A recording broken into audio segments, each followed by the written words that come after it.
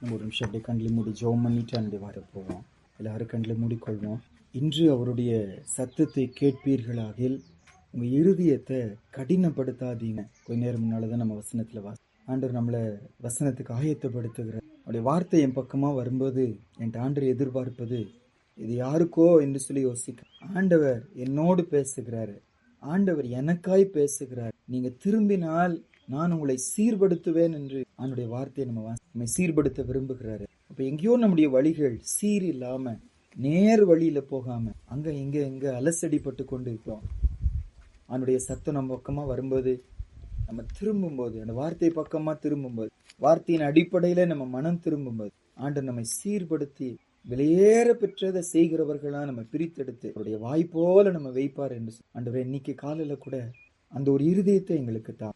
வார்த்தை எங்க பக்கமா வரும்போது அது எனக்கென்று நீங்க பேசுகிறீங்கன்னு சொல்லி எடுத்துக்கொள்ளவும், அந்த வார்த்தையின் அடிப்படையில நாங்க மனம் திரும்பவும், எங்க வாழ்க்கை சீர்படவும், நாங்க வெளியேற பெற்றதை செய்கிறவர்களா பிரித்தெடுக்கப்படவும், கர்த்தருடைய வார்த்தையை தேடிக்கொண்டிருக்கிற உலகத்துல உங்க வாய்ப்போல இருக்கவும் எங்களையும் மாற்றி ஜெபிப்போம். மகா பரிசுத்தமுள்ள எங்க நல்ல தகப்பனே, ஆண்டவரே, இந்த கால நேரத்துக்காக உமக்கு நன்றி. நீங்க எங்களோடு பேசுவதுதான் சுவாமி எங்க வாழ்க்கையின் ஒரு பெரிய ஆசீர்வாதம். ஒரு ஆச்சரியமான வானத்தையும் பூமியும் படைத்த ஒரு சர்வ வல்லமுள்ள தேவன் எங்களுக்கு நேரம் கொடுக்குறீங்க. இது எங்களால புரிந்து கொள்ள முடியாத ஒரு அற்ப மனுஷராகிய நாங்க நிறைய தடவை உமக்கு நேரம் கொடுக்க மாட்டீங்க. படைச்சவருக்கு, ரட்சித்தவருக்கு, இரவும் பகலும் எங்களை பாதுகாக்கிறவங்க நேரம் கொடுக்க மாட்டேங்கிறோம். நேரம் இல்லைன்னு சொல்லி சொன்ன நீர்தான் அதை சொல்லணும், எனக்கு நேரம் இல்லைன்னு சொல்லி. ஆனா எங்களுக்கு நேரம் கொடுக்குறீங்க. அன்புக்காக காலையில உங்க பாதத்துல வந்துடும். எல்லாரோடு பேசுங்க. எங்க இருதயங்கள் இன்னைக்கு சீர்படும். நாங்க இன்னைக்கு தீழ்ப்பானதிலிருந்து வெளியேற பெற்றதை பிரித்தெடுத்தவர்களா இன்னைக்கு நாங்க மாறட்டும். தேவையற்ற காரியத்துல எங்க வாழ்க்கைய நேரங்களை செலவழிக்கிறோம். அந்த தீழ்ப்பானது, தீட்டானது, அசுத்தமானதுல இருந்து எங்களை பிரித்தெடுத்து சுவாமி வெளியேற பெற்றவராயிருக்கிற உண்மையும் வெளியேற பெற்றதாயிருக்கிற உங்களுடைய வசனம் தேடுகிறவர்களா எங்களை பிரித்தெடுக்கிற ஒரு நேரம் இந்த நேரம் இருக்கு. எல்லாரோடு பேசுங்க. எங்க சிந்தனைகள் எல்லாம் ஒருமுகப்படுத்துங்க. அன்று வேற பக்கம் எங்க சிந்தனைகளை திசை திருப்பப்பட அன்று நீங்க இடம் கொடுக்காதீங்க. இந்த நேரம் கொஞ்ச நேரம் எங்க சிந்தனை முழுது, எங்களுடைய கவனம் முழுது உங்க மேல, உங்க வார்த்தை மேல இருக்கு. கர்த்தாவே சொல்லுங்க, அடியார்கள் கேட்கிறோம் என்று சொல்லி நம்ம இருதயத்தை கடினப்படுத்த மாட்டோம்னு சொல்லி தீர்மானம் எடுத்தவர்களா வார்த்தைகள் விடுதலையோடு எங்களோடு கூட பேச இயேசுவின் மூலம் ஜெபிக்கிறோம். நல்ல நம்ம இன்னைக்கு ஏசாயா 33ஆம் அதிகாரத்தை நம்ம வாசிக்க போறோம். ஏசாயா 33ஆம் அதிகாரத்தை வாசிக்க போறோம். அதுல இருந்து ஒரு சில காரியங்களை எடுத்து நம்ம தியானிக்க போகிறோம். அந்த அதிகாரம் தியானிக்கிறதுக்கு முன்னால 2 பகுதிகளை வாசிச்சுட்டு அதுக்கப்புறம் ஏசாயா 33ஆம் அதிகாரம் நமக்கு கற்றுக் கொடுக்கிற காரியங்களை நம்ம புலம்பலின் புஸ்தகம் 3ஆம் அதிகாரம் 37ஆம் வசனத்திலிருந்து நம்ம வாசிப்போம். ஆண்டவர் கட்டளை இடாதிருக்க காரியம் சம்பவிக்கும் என்று சொல்லுகிறவன் யார்? உன்னதமானவருடைய வாயிலிருந்து தீமையும் நன்மையும் புறப்படுகிறது இல்லையோ? உயிருள்ள மனுஷன் முறையிடுவானேன்? அவன் தன் பாவத்துக்கு வரும் தண்டனையை குறித்து முறையிடுகிறது என்ன? நாம் நம்முடைய வழிகளை சோதித்து ஆராய்ந்து கர்த்தரிடத்தில் திரும்ப கடவோம்.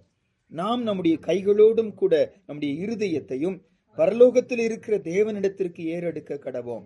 நாங்கள் துரோகம் செய்து கலகம் பண்ணினோம், ஆகையால் தேவரீர் மன்னியாது இருந்தீர்.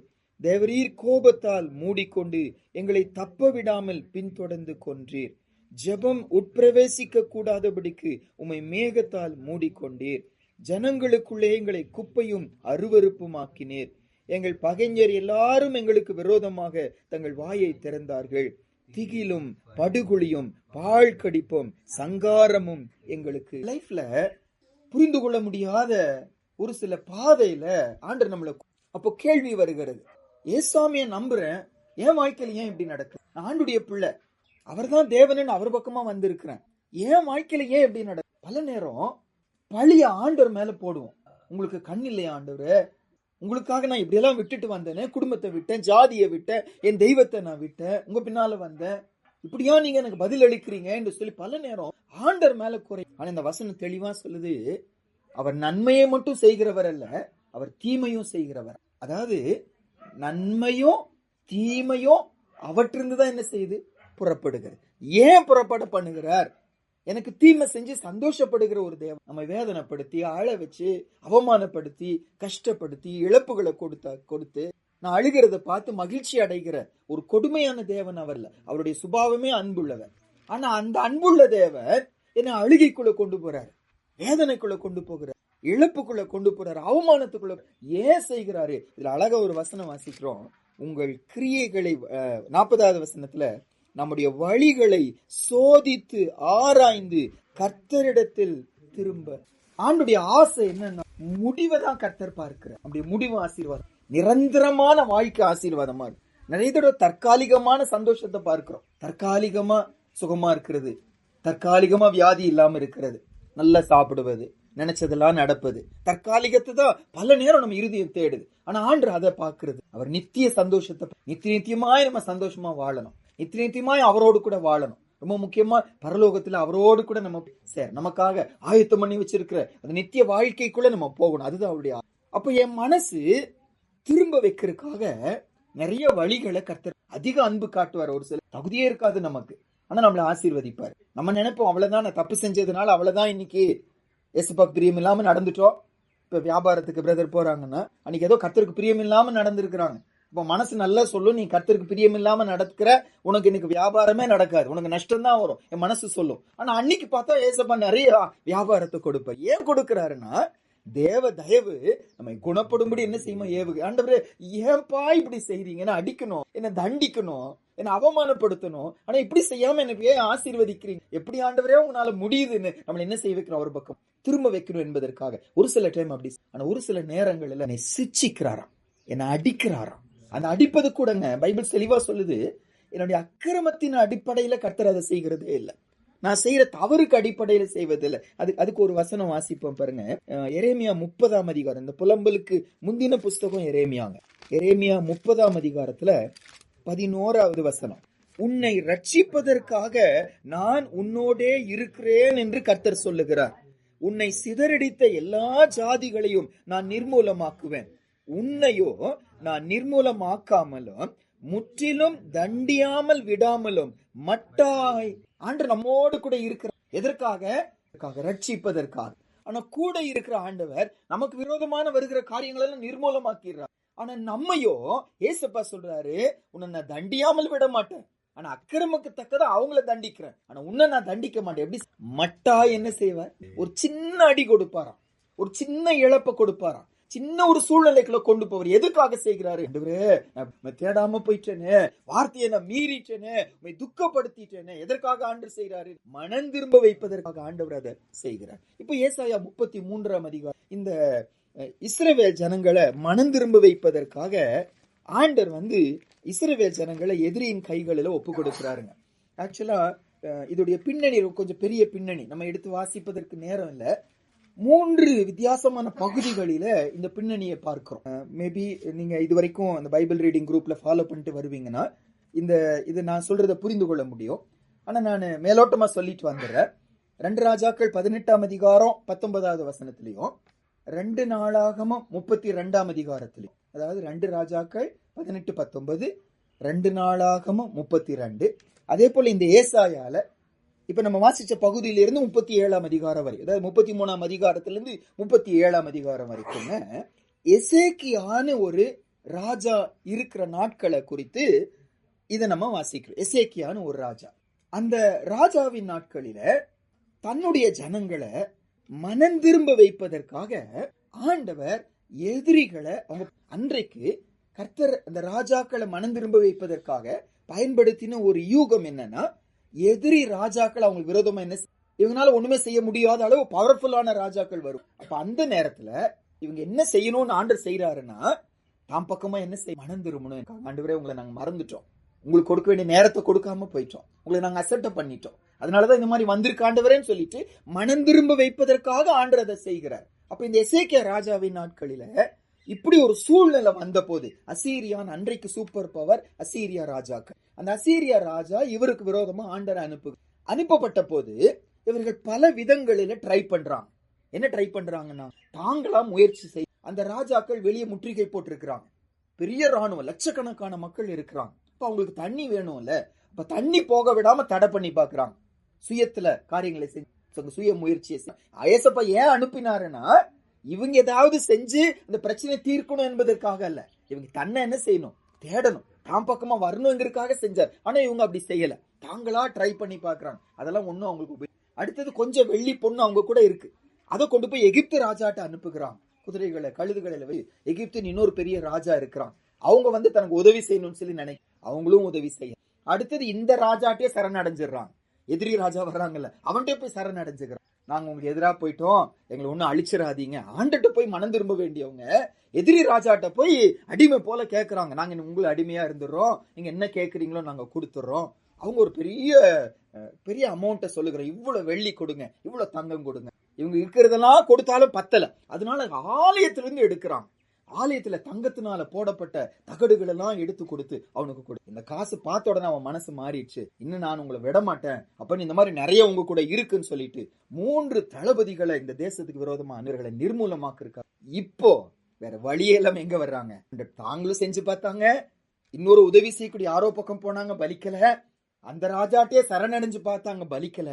மேலான ராஜா, அப்ப நம்ம வாசிச்சோம் பாருங்க, அவர் யாருன்னு பார்த்தோம், அவர் மகா ராஜா, மகா தேவன் என்று பார்த்தோம். அந்த தேவன்கிட்ட போய் என்ன, நம்ம அந்த வசனத்தை வாசிப்போம்.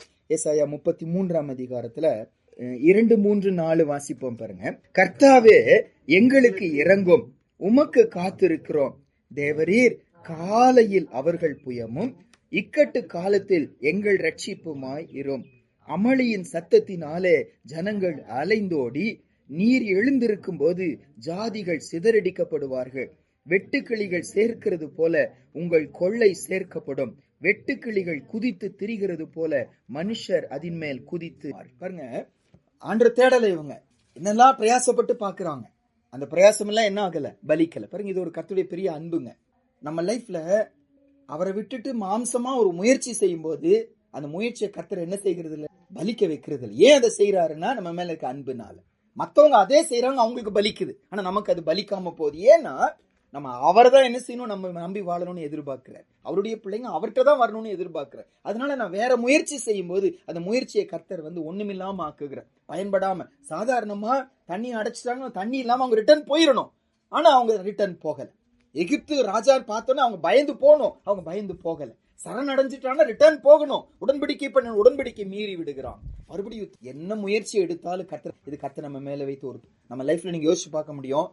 மற்றவங்க எல்லாம் தப்பு செய்யும் போது மாட்ட மாட்டாங்க, ஆனா நம்ம தப்பு செஞ்ச ஏசப்பா என்ன செய்வார், அதே தப்பு 3 பேரா எல்லாரும் போவாங்க, நமக்கு முன்னால கூட போவாங்க, போலீஸ் நிறுத்த மாட்டாங்க. நம்ம 3 பேர் போனா வண்டியை கண்டிப்பா என்ன செய்வாங்க, நிறுத்துவாங்க. ஒரு பிரதர் சொன்னாங்க, அவங்க ஒரு கார் வாங்கினாங்க.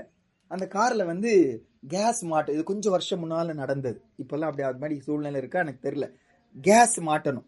அப்போ அந்த டேங்க் மாட்டுருக்கு, அதுக்கு ரொம்ப செலவாகும் மாட்டிருக்கு. அந்த கேஸ் டேங்க் மாட்டிருக்கு பர்மிஷன் வாங்கணும், செலவெல்லாம் ஆகும். அப்போ கடைக்காரங்க சொன்ன, கேஸ் என்டார்ஸ்மெண்ட் பண்றதுக்கு எத்தனையோ 20-30,000 எல்லாம் செலவாயிரும், 50 ரூபா ஆயிரும். அப்போ அந்த கடைக்காரங்க சொன்னாங்க, பெருந்துறையில யாருங்க செக் பண்ண போறா, நான் மாட்டி கொடுக்குறேன், வீட்டு சிலிண்டர் மாட்டிக்குங்க அப்படின்னா. இவர் சொன்னாங்களா, நான் செஞ்சா மாட்டிக்குவேன், அதெல்லாம் ஒண்ணும் இல்ல சார், பெருந்துறையில யாரும் என்ன செய்யறது இல்ல, செக்கே பண்றது இல்ல அப்படின்ட்டாங்க. சரின்னு சொல்லிட்டாங்களாம். ஃபர்ஸ்ட் டைமா அந்த மாட்டி வீட்டுல சிலிண்டர் மாட்டி கார் எடுத்து போறாங்க.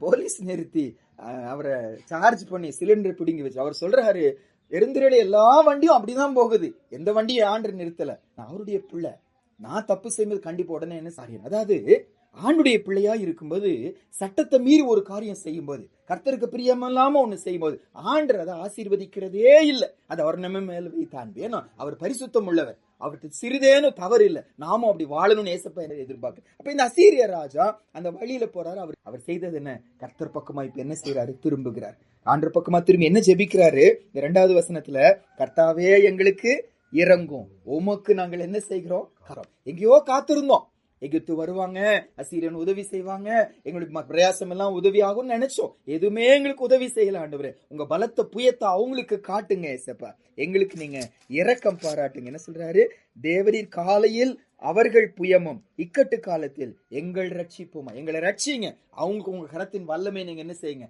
காட்டுங்கன்னு சொல்லி ஜெபம் பண்றான். இந்த ஜெபத்துக்கு பதில் என்ன தெரியுமாங்க, ஆண்டவர் ஆச்சரியமா காரியம் செய்கிறாரு. என்ன காரியம் செய்கிறாருன்னா, ஒரே தேவதூதனை அனுப்புறார், வேற ஒண்ணும் செய்யலையா, ஒரே ஒரு தேவதூதனை அனுப்புகிறார். அந்த ஒரு தேவதூதன் அந்த ராணுவத்துல இருக்கிற பெரிய பெரிய தளபதிகள், ஏசாயால தான் அதை வாசிப்பீங்க, பெரிய பெரிய தளபதிகளை அது மற்ற இடத்துல வாசிக்கும் போது 1,85,000 பேரை ஒரே தேவதூதன் ஒரு இரவில் என்ன செய்யறாங்க, சங்காரம் பண்ணுங்க. இவங்க விரோதமா பெரிய ராணுவம் வந்து இருக்கிறது.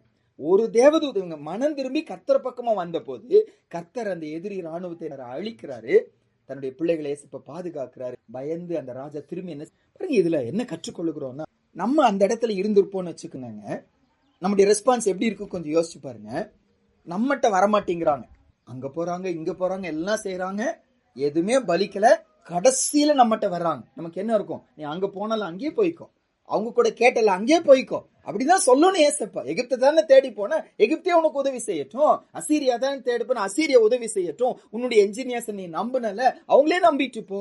ஆனா ஆண்டவர் ஒரு வார்த்தை கூட அப்படி என்ன திரும்பணும், மனம் திரும்பணும், அவரை தேடி வரணும், காத்துட்டே இருக்கிறாரு. இவங்க வர்றவங்க வந்த உடனே வல்லமையாய் கிரியை செய்கிறாரு, எதிரி ராணுவத்தின் விடுதலையாக. இன்னைக்கு இதுல நம்ம கற்றுக்கொள்கிற முக்கியமான பாடம் என்ன, நம்ம லைஃப்ல ஒருவேளை இன்னைக்கு ஆபத்து இருக்கலாம், எதிர்பார்க்க முடியாத ஒரு சில சம்பவங்கள் குடும்பங்களில் நடந்து கொண்டு, ஏன் ஆண்டவரே இப்படி நடக்குது, அவமானமா இருக்கிறது, அது கூட என்ன சொல்ற, உங்க பேருக்கு தானே கெட்ட பேர் வருது, சர்ச்சுக்கு போய் இப்படி நடக்குது, பைபிள் தூக்கி இப்படி நடக்குதுன்னு எல்லாம் சொல்றாங்க, ஆண்டு மேலே நம்ம பழி போடலாம். ஆனா ஆண்டு அனுப்பின காரியம் எதுக்காக, நான் மனம் திரும்பி அவர் மேல விசுவாசம் வச்சு அவருக்காக காத்து இருக்கும் போது ஆண்டு ஆச்சரியமான காரியம் நம்ம லைஃப்ல என்ன, எதிரிகளின் கையிலிருந்து கர்த்தர் நம்ம செய்கிறார், விடுதலையாக்குகிற தேவனா இருக்கிற. பாருங்க, இந்த ஏசாயா 33ஆம் அதிகாரத்துல இவர்கள் செய்யணும்னு எதிர்பார்த்த 2 காரியங்கள் உண்டு. ஒன்று, மனம் திரும்பி கர்த்தர் மேல விசுவாசம் வச்சு கர்த்தருக்காக என்ன செய்யணும், காத்திருக்கும். அதுதான் 2வது வசனத்துல கர்த்தர் மேல அடுத்த 2 வசனமே இவங்க விசுவாச அறிக்கையை பார்க்கிறோம், கர்த்தர் மேல இவங்க விசுவாசம் வைக்கிறார். இன்னொன்னு ஆண்டு என்ன எதிர்பார்க்கிறார்னா, அதே ஏசாயா 33ஆம் அதிகாரம் 15வது வசனம் வாசிப்போம் பாருங்க. ஒரு தேவ பிள்ளை எப்படி நடக்கணும், அதாவது தேவ சித்தத்தின்படி நடக்கணும், அது என்ன 15வது வசனத்தை விளக்கத்தை கொடுக்கிற. நம்ம ரொம்ப விளக்கமா பார்க்கல, அந்த வசனத்தை மட்டும் ஏசாயா 33:15 வாசிப்போம். நீதியாய் நடந்து செம்மையானவைகளை பேசி இடுக்கண் செய்வதால் வரும் ஆதாயத்தை வெறுத்து பரிதானங்களை வாங்காதபடிக்கு தன் கைகளை உதறி ரத்தம் சிந்துவதற்கு ஏதுவான யோசனைகளை கேளாதபடிக்கு தன் செவியை அடைத்து பொல்லாப்பை காணாதபடிக்கு தன் கண்களை மூடுகிறவன் எவனோ. ஒரு தேவப்பிள்ளை அவங்க லைஃப் எப்படி நடக்கணும் ஆண்டு எதிர்பார்க்கிறாரு, விளக்கத்தை கொடுக்கிறார், 6 காரியத்தை சொல்லுகிறார். நீதியா நடக்கணும், செம்மையானவைகளை மட்டும்தான் பேசணும், இடுக்கண் செய்து வரும் ஆதாயத்தை வெறுக்கணும், தவறான வழியில வரக்கூடிய வருமானங்கள், மிரட்டி வரக்கூடிய வருமானங்கள், தீமையான வழியில வர வருமானங்கள் நம்ம வெறுக்கணும். அதுக்கப்புறம் பரிதானங்களை வாங்காதபடி தன் கைகளை உதறணும்.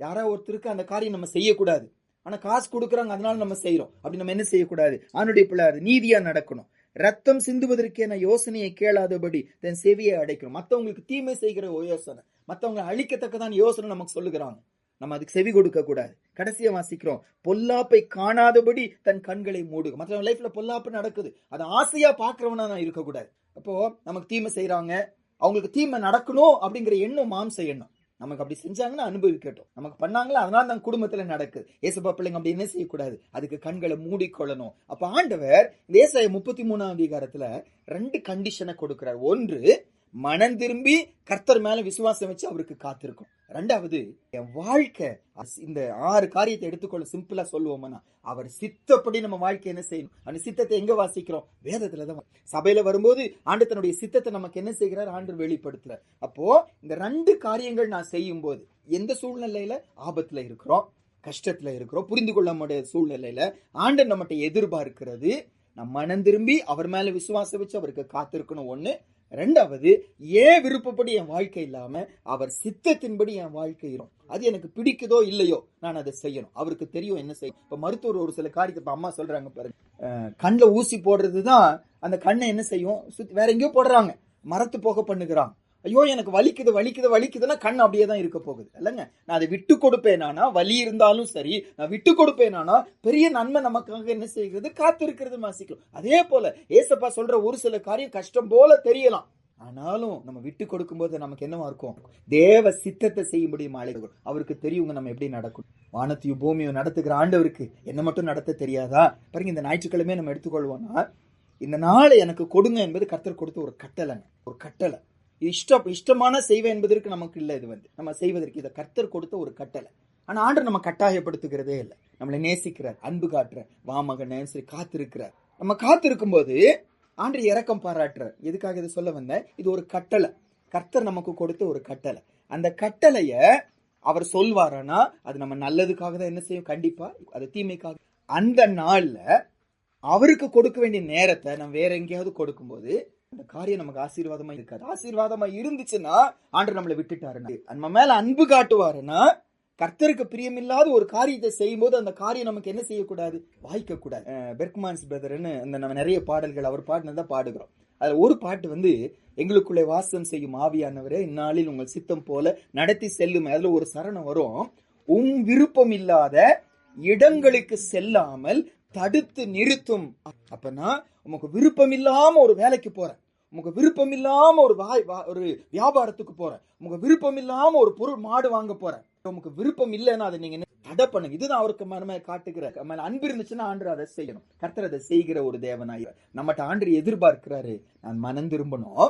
இரண்டாவது, அவர் சித்தத்தின்படி நம்ம எதுக்காக இதை சொல்ல வந்தேன்னாங்க, அவர் சித்தோன்னு ஒண்ணு இருந்துச்சுன்னா அது கண்டிப்பா நமக்கு நன்மையா தான் என்ன செய்யும். வேண்டாம் அப்படின்னு சொல்லி ஆண்டு சொல்வாருன்னா நமக்கு வேணும்னு நமக்கு தோணுது, அது செஞ்சாதான் நல்லதுன்னு சொல்லி தோணுது. ஆனா ஆண்டவர் வேண்டாங்கிறாருன்னா கண்ணை மூடி அவர் முடிவுக்கு நம்ம என்ன செய்ய மாட்டோம். நான் தான் தப்பு செய்வேன், அவர் தப்பே செய்ய மாட்டார். அவர் வேண்டான்னு சொல்வாருன்னா எவ்வளவு லாபம் வரட்டும், எவ்வளவுதான் நன்மை உண்டாகட்டும், ஒரு தேவ பிள்ளை அதுல வைராக்கியமா நிக்கணும். நான் அதை செய்ய மாட்டேன், அன்னைக்கு அதை செய்ய மாட்டேன், ஒரு வார்த்தையை நான் மீற மாட்டேன். பிழையாமங்கிறவர் சொல்லுகிறாராம், ஒரு வீடு முழுதும் நீ சொத்து கொடுத்தாலும் நன்மையானாலும் தீமையானாலும் கர்த்தருடைய வார்த்தையை நான் என்ன செய்ய மாட்டேன், நான் மீறக்கூடாது அப்படின்னு சொல்லி சொல்றான். ஏசப்பா பிள்ளைங்க எடுக்க தேவ சித்தத்தை மட்டும்தான் செய்வேன். பாருங்க, ஏசாயா 33ஆம் அதிகாரத்தில் ஆண்டு நம்மோடு பேசுவது, நம்ம ஒரு சில ஆபத்துல இன்னைக்கு போயிட்டு இருக்கும் போது நம்ம ஆண்டு எதிர்பார்க்கிற 2 காரியத்தை சும்மா ஏசப்பா செய்யல. விளையாடுகிற தேவன் அல்ல நம்முடைய. சும்மா விளையாடி பார்த்தேன் ஏசப்பா சொல்றதே இல்லை. என்ன செஞ்சாலும் ஒரு காரணம் இருக்கும். ஒரு 10 ரூபாய் நம்ம இழந்து போறோமா, 2000 ரூபாய் மாட்டுல நஷ்டமாகிறோமா, சும்மா ஏசப்பா செய்ய மாட்டார். ஏதோ ஒரு அவமானம் வருதா, சும்மா செய்ய மாட்டார். விளையாடுகிற தேவன் அல்ல நம்முடைய. அவ்வளவு ஒரு பெரிய தேவனுக்கு என்கிட்ட விளையாடுவதற்கு அவருக்கு நேரம் இல்ல. அவர் ஒரு காரியத்தை செய்வாரான நன்மைக்காக தான் செய்யறார். ஒரு காரணம் இருக்கும். இப்ப கர்த்தர் ஒண்ணு சொல்வாரான நன்மைக்காக தான் செய்வார். அவர் சொல்வாரான சந்தோஷமா கேட்கும். ஏசப்பா எதிர்பார்க்கிறாரு, என் சித்த செய்ய நீங்க மனம் திரும்புங்க, என் சித்த செய்ய அர்ப்பணிங்க. என்ன செய்வாருங்கிறது இன்னைக்கு அதை தான் நான் சொல்லணும்னு ரொம்ப ஆசைப்பட்டேன். மனம் திரும்பி கர்த்தர் பக்கமா வரும்போது, அவர் சித்தம் செய்ய நான் ஒப்பு கொடுக்கும் போது, ஆண்டவரே எனக்கு பிடிக்குதோ இல்லையோ நீங்க சொன்னா நான் செய்வேன், வார்த்தையை மீற மாட்டேன், நம்ம அர்ப்பணிக்கும் போது அதனால நமக்கு கிடைக்கிற ஆசீர்வாதம் என்ன? முதல்ல ஆசீர்வாதம் அப்பவே பார்த்தோம், எதிரிகள் என்ன செய்யறாங்க? அழிக்கப்படுகிறாங்க. ஒரு இரவில்லைங்க, ஒரு தூதனை மட்டும்தான் அனுப்புகிறார், ஒரே தூதனை அனுப்புகிறார். பைபிள் சொல்லு, நம்ம எல்லாருக்கும் ஒரு தேவ தூதனை ஏசப்பா என்ன செய்யறாரு? வச்சிருக்கிறார். ஒவ்வொரு நிமிஷமும் நம்ம பாதுகாக்கும்படி. நமக்கு என்ன செய்யறாங்கன்னு உடனே இமீடியட்டா போய் ரிப்போர்ட் கொடுக்கணுமா? அவர்கிட்ட தேவதூதன் போய் சொல்லிட்டு வரணுமா? தனசேகருக்கு நீ என்ன செஞ்ச? அவர் கேட்டுட்டே இருப்பாரா? கவனிச்சுட்டே இருப்பான். நம்மளால இது புரிந்து கொள்ளவே முடியல. நம்ம போய் நமக்காக டைம் கொடுத்து நீ அவனை கவனிச்சியா, அவனை பாத்தியா, அவர் கேட்கிற அளவு நம்ம யாரு? நம்ம நேசிக்கிறாரு. அந்த ஒரே தேவதூதன் எசேக்கியாவுக்கு இருந்த எந்த தேவதூதன் நமக்கு தெரியல. ஆனா ஒரு தேவதூதனை அனுப்பினார். ஒரு இரவில 1,85,000 பேர் சங்கரிக்கப்பட்டாங்க. அன்னைக்கு அப்படி. இன்னைக்கு நமக்கு ஒரு விரோதி இருக்கிறான். யாரு? பிசாசு தான் இருக்கு, சாத்தான் தான் இருக்கு. கீழ்ப்படியணும்னு நினைக்கிறோம், கீழ்ப்படியா முடியாம போய் அன்னைக்குதான் காலையில ஆண்டவரே இன்னைக்கு நான் உமக்காக வாழணும், இன்னைக்கு எதை செய்யணும், அன்னைக்கு பார்த்து ஏதோ ஒரு தீமை செய்யற மாதிரி நம்ம உள்ளத்தை தூண்டுகிறான், சூழ்நிலைகளை உண்டாக்குற. போன் கால் வருது, யாரோ வர்றாங்க, அவனுடைய வார்த்தை மீற வைப்பதற்காக இது பிசாசு செய்வது. ஆனா நான் மனம் திரும்பி கர்த்தருக்கு ஒப்பு கொடுக்கும் போது, சித்தத்தை செய்வேன் என்று அர்ப்பணிக்கும் போது அந்த சத்துருவின் ஜெயம் கூட தைரியமா நானுடைய பிள்ளை இதுக்கு நான் நோ சொல்வேன் என்று நோ சொல்ல கர்த்தர் கிருபை கொடுப்பார். அவருடைய திட்டங்கள் மேல புரிந்து கொண்டு, இது பிசாசுடைய திட்டம், அவரை தேட விடாம, அவர் எனக்காக வைத்திருக்கிற வெளியேற பெற்றதை நான் பெற்றுக்கொள்ள விடாம, என்ன பிரித்தெடுக்கப்பட்டவனாய் வாழ விடாம தடை செய்கிறான். நான் நோ, அவருக்கு தான் நான் இடம் கொடுப்பேன் என்று சிவ சகோதரன் இல்லைங்க, திருப்பூரை சேர்ந்தவரா இல்ல பெருந்திரையில தான் இருந்தாரு நினைக்கிறேன். சபைக்கு வந்து கொண்டிருந்தாங்க. நல்ல சின்ன வயதிலேயே கர்த்தருக்குள்ள நல்லா வந்து கொண்டே இருந்தாங்க. சரணம் ஒரு நாள் அவங்க தங்கச்சி போன் பண்றாங்க. அவங்க தங்கச்சி, இவர் வாலிப பையன், அவன் தங்கச்சி. அந்த பொண்ணுக்கு ஒரு ஃபங்க்ஷன் செய்யறாங்க, வீட்டு சொந்த தங்கச்சி ஃபங்க்ஷன் செய்யறாங்க. அந்த ஃபங்க்ஷன் ஞாயிற்றுக்கிழமை. போன் பண்றாங்க, இந்த சகோதரன் சொல்லிட்டாங்க ஞாயிற்றுக்கிழமையா இருக்கிறதுனால நான் வரமாட்டேன் அப்படின்னு சொல்லிட்டாங்க தங்கச்சி.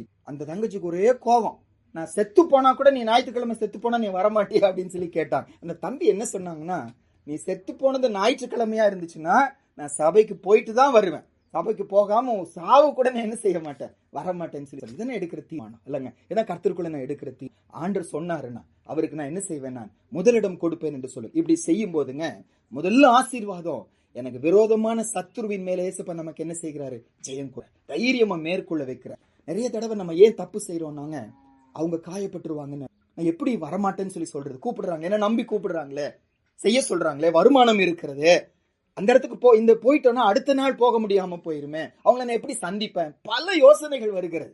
ஆனா கர்த்தருடைய பிள்ளையா இதுக்கு பின்னால யார் இருக்கிறாங்க, என்னை ஏமாத்துவதற்காக, தேவ வசனத்தை மீற வைப்பதற்காக, கர்த்தருக்கு விரோதமா நடப்பதற்காக அவங்கள பயன்படுத்துகிறான். யாரை பயன்படுத்தினா நம்ம மீறுவோம்னு அவனுக்கு நல்லா தெரியும்.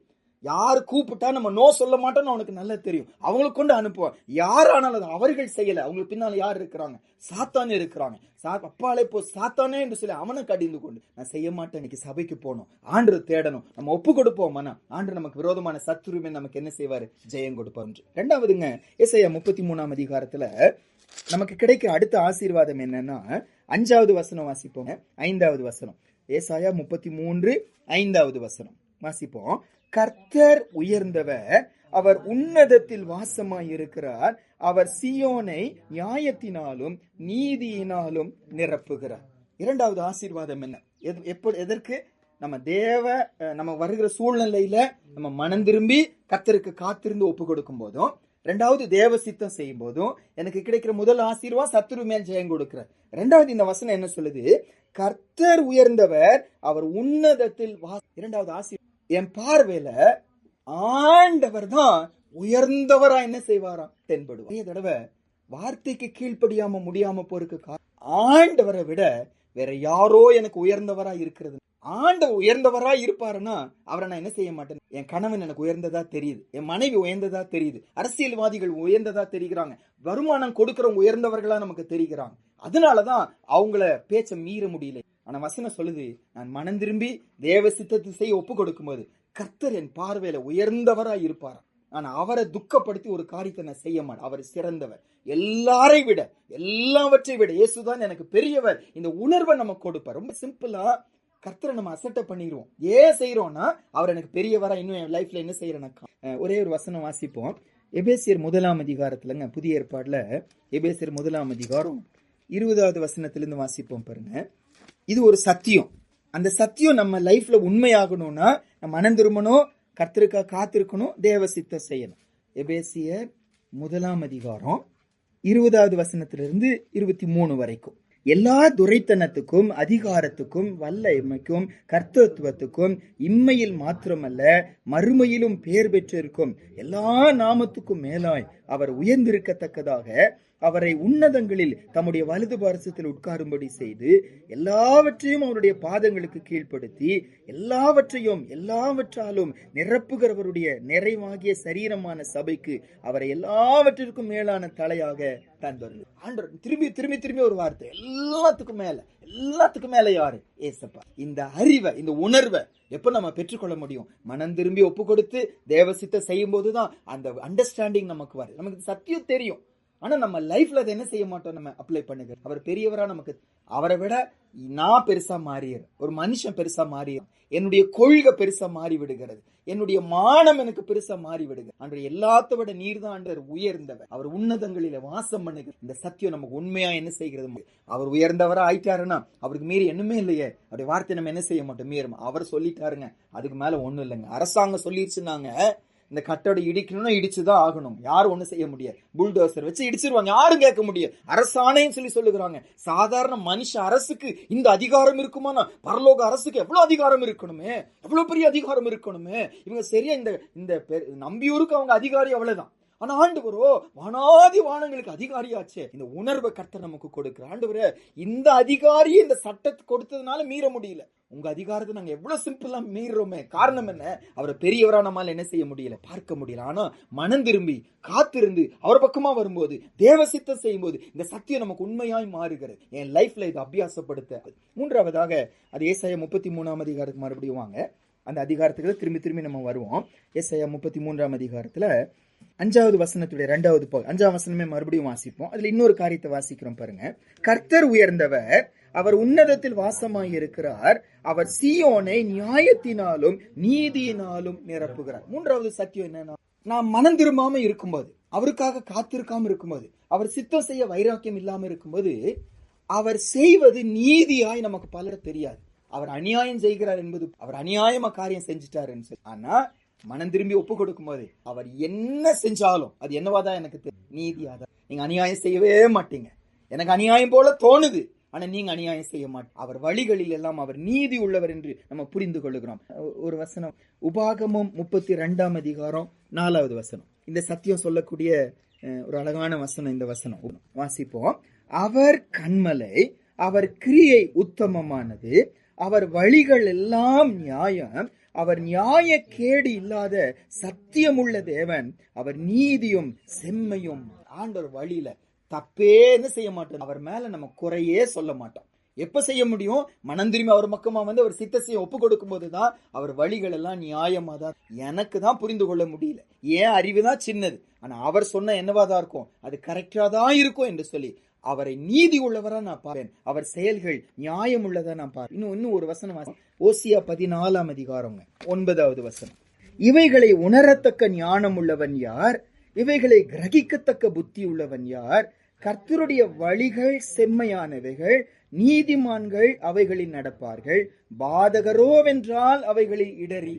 நான் நீதிமானா இருந்தா அந்த வழி செம்மையானதுன்னு சொல்லிட்டு கேள்வி கேட்காம ஒப்பு கொடுப்பேன். ஆனா நான் பாதகனா இருக்கும் போதுதான் அந்த வழியில நம்ம என்ன செஞ்சிருவோம், நம்ம இடறி விழுந்துருவோம். அப்போ மூன்றாவது ஆசீர்வாதம், நம்ம மனம் திரும்பி கர்த்தருக்கு ஒப்பு கொடுத்து தேவ சித்தம் செய்யும்போது ஆண்டுடைய வழிகள் எல்லாம் நீதி உள்ளது. அவர் நியாயக்கேடு இல்லாத ஒரு சத்தியம் உள்ள தேவன். என்னை படுக்க வைக்கிறாரா, நல்லதுக்காக தான். 11 நாளா வைத்தால போக வைக்கிறாரா, அவர் நல்லதுக்காக தான் செய்றார். அவர் தீமை செய்ய மாட்டாரு, அவர் நியாயம் செய்கிற தேவன். அந்த உணர்வு எனக்கு இருக்கும், அவரை நான் குற்றப்படுத்தவே மாட்டேன். என்கிட்ட தான் எங்கேயோ குறை இருக்கிறது, ஏதோ ஒரு நல்லதுக்காக தான் இதை செய்றீங்க ஆண்டவரே, இந்த உணர்வு எனக்கு இருந்து கொண்டே இருக்கும். ஆண்டவர் நான் அவர் நீதி உள்ளவர், நியாயம் உள்ளவர், பார்ப்பேன், நன்றி சொல்வேன், அந்த வழிகளில் நான் நடப்பேன். ஆண்டவர் நமக்கு கிருபை கொடுவார். 4வதாக ஏசாயா 33 அதிகாரத்துல 6வது வசனம் வாசிப்போம் பாருங்க. 6வது வசனம். பூரண ரட்சிப்பும் ஞானமும் அறிவும் உன் காலங்களுடைய உறுதியாயிருக்கும், கர்த்தருக்கு பயப்படுதல் அதின் பொக்கி. பூரண ரட்சிப்பு, ஞானம், அறிவு, கடைசி வார்த்தையில கர்த்தருக்கு பயப்படுது.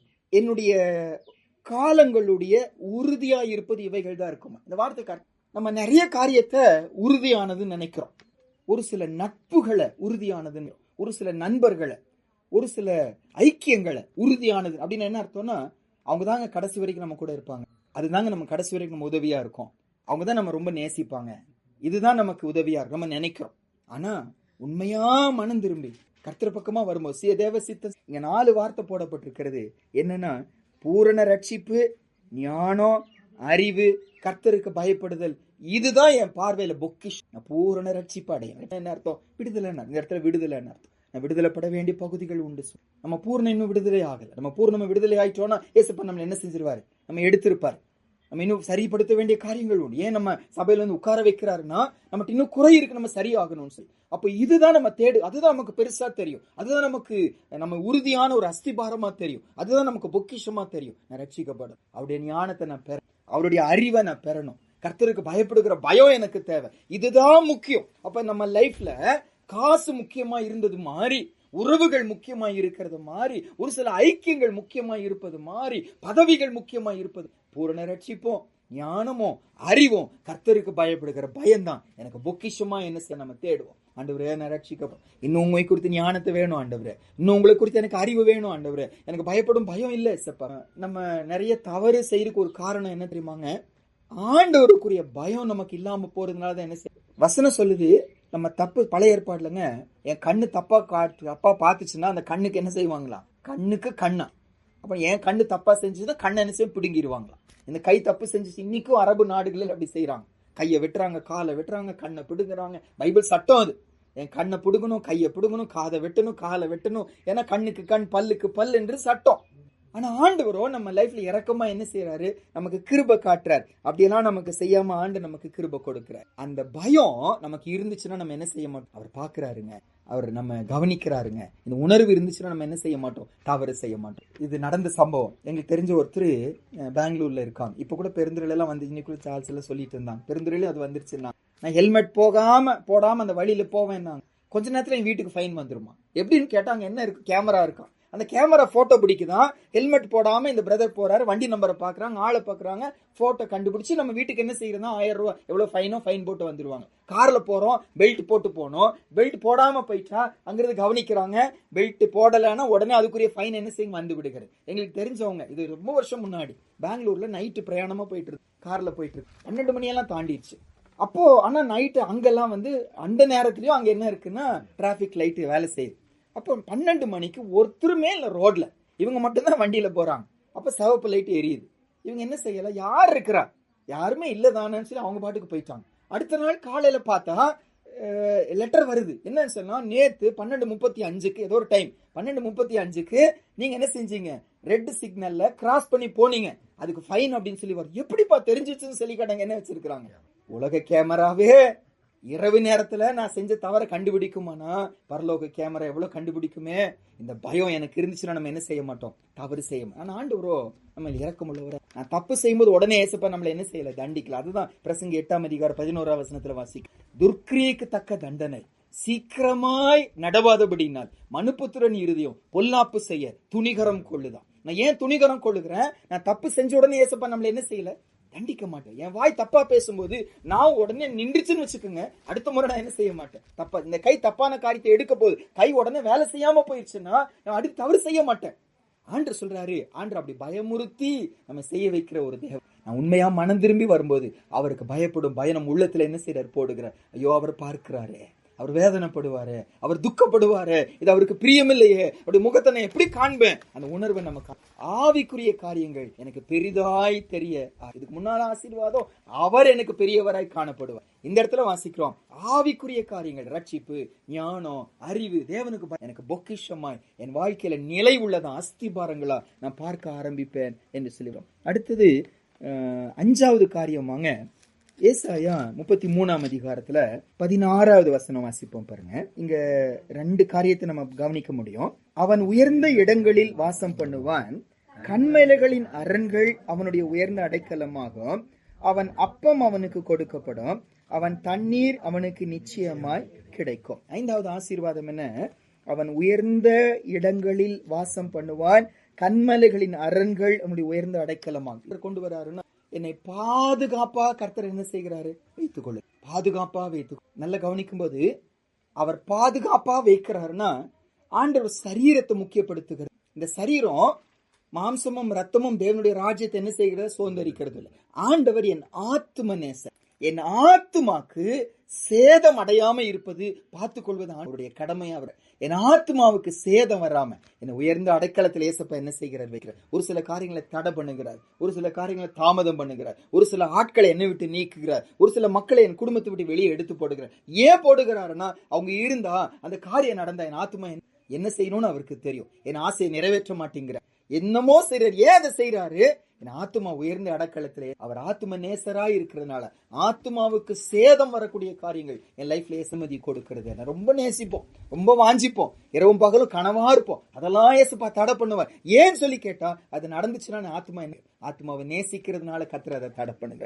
அடுத்தது அதே வசனத்துல அடுத்த பகுதி பாருங்க, அவன் அப்பம் அவனுக்கு கொடுக்கப்படும், அவன் தண்ணீர் அவனுக்கு நிச்சயமாய் கிடைக்கும். அப்பமும் தண்ணீரும் இது அனுதின தேவைகள். பைபிள் கொடுக்கிற ஒரு வாக்கு தத்துவம் என்னன்னா, ஆண்டவரை நான் நம்பி வரும்போது என் அனுதின தேவைகளுக்கு மட்டும் கர்த்தர் என்ன செய்ய மாட்டார், குறை வைக்கவே மாட்டார். ஆடம்பர வாழ்க்கை இல்லாம போக தெரியாங்க, சுகபோகமான வாழ்க்கை இல்லாம போக, ஆனா என் அனுதின தேவைகளை கர்த்தர் இருக்கவே மாட்டார். 2 வசனம் வாசிப்போம். சங்கீதம் 37 25வது வசனம். தாவீது தன்னுடைய அனுபவத்துல சொல்றார். சின்ன வயதுல இருந்து இன்னைக்கு நல்ல வயதானவரா இருக்கும்போது இந்த சங்கீதம் எழுதுகிறாரு. அப்ப தன்னுடைய சாட்சியை, தன்னுடைய அனுபவத்தை, தான் கண்டதை சொல்லுகிறார். சங்கீதம் 37:25.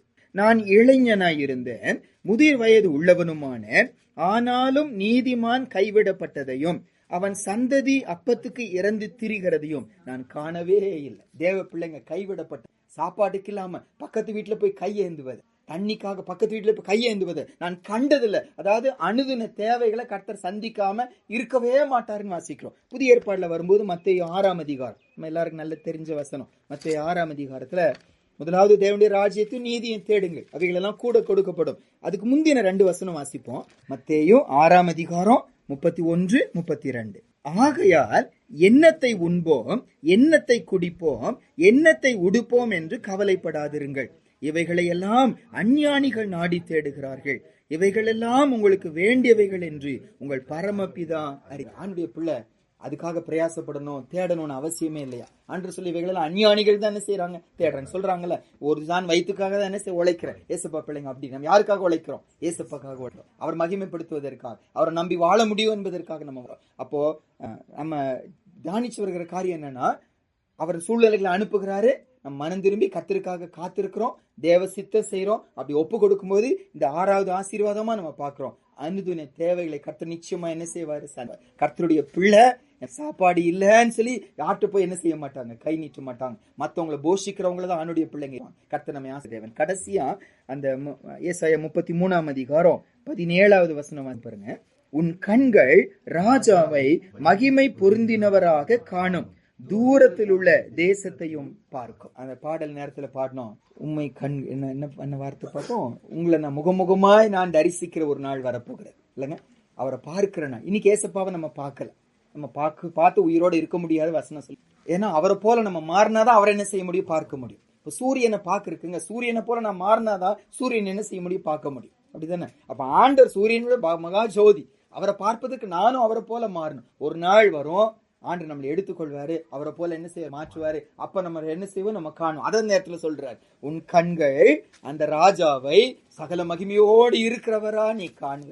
அது மட்டுமல்ல, அவர் இருக்கிற அந்த விசாலமான தேசத்தை என்ன சீக்கிரம் தூரத்தில் உள்ள தேசத்தையும் பார்க்க. தூரத்தில் உள்ள தேசம் என் தேசம் அல்ல.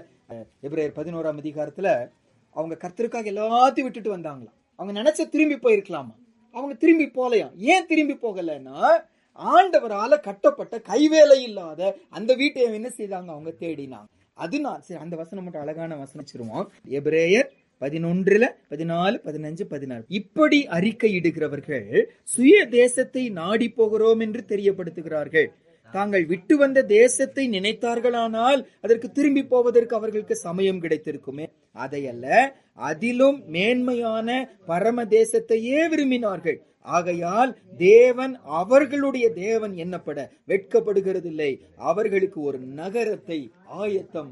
ஆண்டுடைய பிள்ளைங்க, நம்ம உண்மையாவே மனம் திரும்பி கர்த்தர் பக்கமா ஒப்பு கொடுத்து அவர் விசுவாசிச்சு அவர் சித்தம் செய்யும் போது இந்த பரம தேசத்தை விசுவாசிக்கிற காண்கிற கண்களை அதை அடைகிற பாக்கியத்தை ஆண்டணும். கண்களை மூடுவன், அவர்கிட்ட நான் போய் சேருவேங்கிற அந்த நிச்சயத்தை நம்ம கொடுவார். மகிமை பொருந்தினவராய் அவரை காண வைப்பார். 7 ஆசீர்வாதங்கள் பாருங்க. கடைசிக்கு வந்துட்டு நம்ம ஜெபம் பண்ணி சூழ்நிலைகள் நடுவில நம்ம முறுமுறுக்காம, கேள்வி கேட்காம, மனம் திரும்பி அவர் மேல விசுவாசம் வச்சு அவருக்கு காத்திருக்கணும். 2வது, இனிமேல் உங்க சித்தம் தான் செய்வேன்னு சொல்லி நம்ம அர்ப்பணிக்கணும். அப்படி அர்ப்பணிக்கும் போது 7 ஆசீர்வாதம். சத்துருவே நமக்கு ஏசப்பா என்ன செய்யறாரு, நமக்கு ஜெயம் கொடுக்கிறார் என்று ஆண்டவர் நமக்கு உயர்ந்தவரா தென்படுவார். எல்லாரை விட, எல்லாத்த விட ஆண்டவர் நமக்கு உயர்ந்தவரா நமக்கு தென்படுவார் என்று சொல்ல. 3வது, அவர் நீதி செய்கிறவர், அவர் நியாயம் செய்கிறவர். அவர் வழிகள் எல்லாம் அநியாயம் நான் சொல்லவே மாட்டேன். அநியாயம் செஞ்சுட்டாங்க ஏசப்பா நம்ம இப்படி ஆயிடுச்சுன்னு பின்வாங்கி போகவே மாட்டோம். அவர் வழிகள் எல்லாம் நீதி உள்ளது. அவர் கொன்று போட்டாலும் நான் அவர் மேல என்ன செய்வேன், நான் நம்பிக்கை. என்ன கொன்று போட்டாலும் அவர் நீதியாத அதை செய்கிறார். அவர் மேல நம்ம அவர் நீதி செய்கிற தேவன், நியாயம் செய்வேன். 4வதாக,